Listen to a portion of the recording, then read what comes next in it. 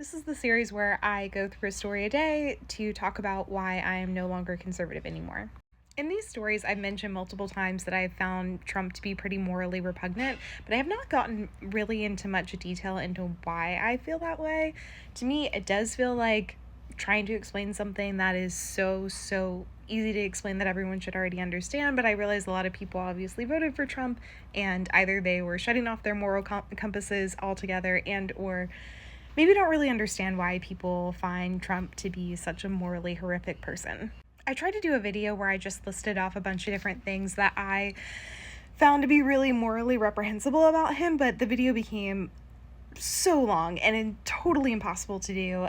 So this video is just going to focus on things that he's done that were really racist and horrible. Feel free to not watch this if this would be triggering content for you. It's not a great reminder.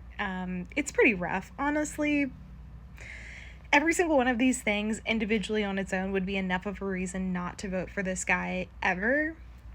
But people do. So here we are. So as a lot of us know, Trump started off in real estate in New York City. And in the 1970s, the Department of Justice brought a case against Trump and his father for discriminating against Black applicants for applications in their Trump-owned businesses. So I'm going to read from a Vox article of what they say. One superintendent said that he had been instructed to write C, the letter C, for colored on every application from a prospective Black tenant, and others described similar racial codes. The government argued that Black applicants would repeatedly be told that there were no vacancies in Trump-owned buildings, but white applicants would then inquire and get offers. The Trumps denied the claims and fought back in court, but eventually settled with no admission of guilt. In 1989, 5 teenage boys that were Black and Hispanic were wrongfully convicted for raping a woman in Central Park, even though there was absolutely no evidence at all pointing to them doing it. And then they were later exonerated because DNA evidence proved that it was a different person and none of them were involved. The youngest of which was only 13 years old. In that time, Donald Trump chose to put out a full-page ad in newspapers, spending lots of money, lots of television time, advocating for these boys to go to prison, advocating for one of them that was only 15 years old to be killed. And there was no evidence. There was zero evidence pointing towards these boys being involved in that at all. And for some reason, Trump just decided to jump in and give his opinion about these boys going to jail and being executed. You might also remember in 2008 when Barack Obama was running for president, there was this weird rumor that went around saying that he actually wasn't an American citizen. It was called the birther myth. That was actually created by Donald Trump. Notably, he has done this to other people, and the only people that he has ever chose to do this to are people of color.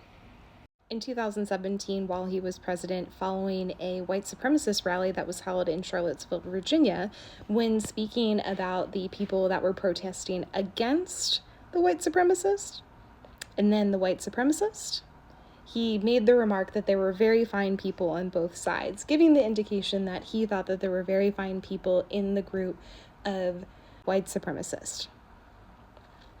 I was in Uganda in 2018 when Trump referred to countries in Africa and Haiti as shithole countries. So when people say Trump is racist, they're not just saying he seems like a guy who probably says the N-word, though would not be surprised about that.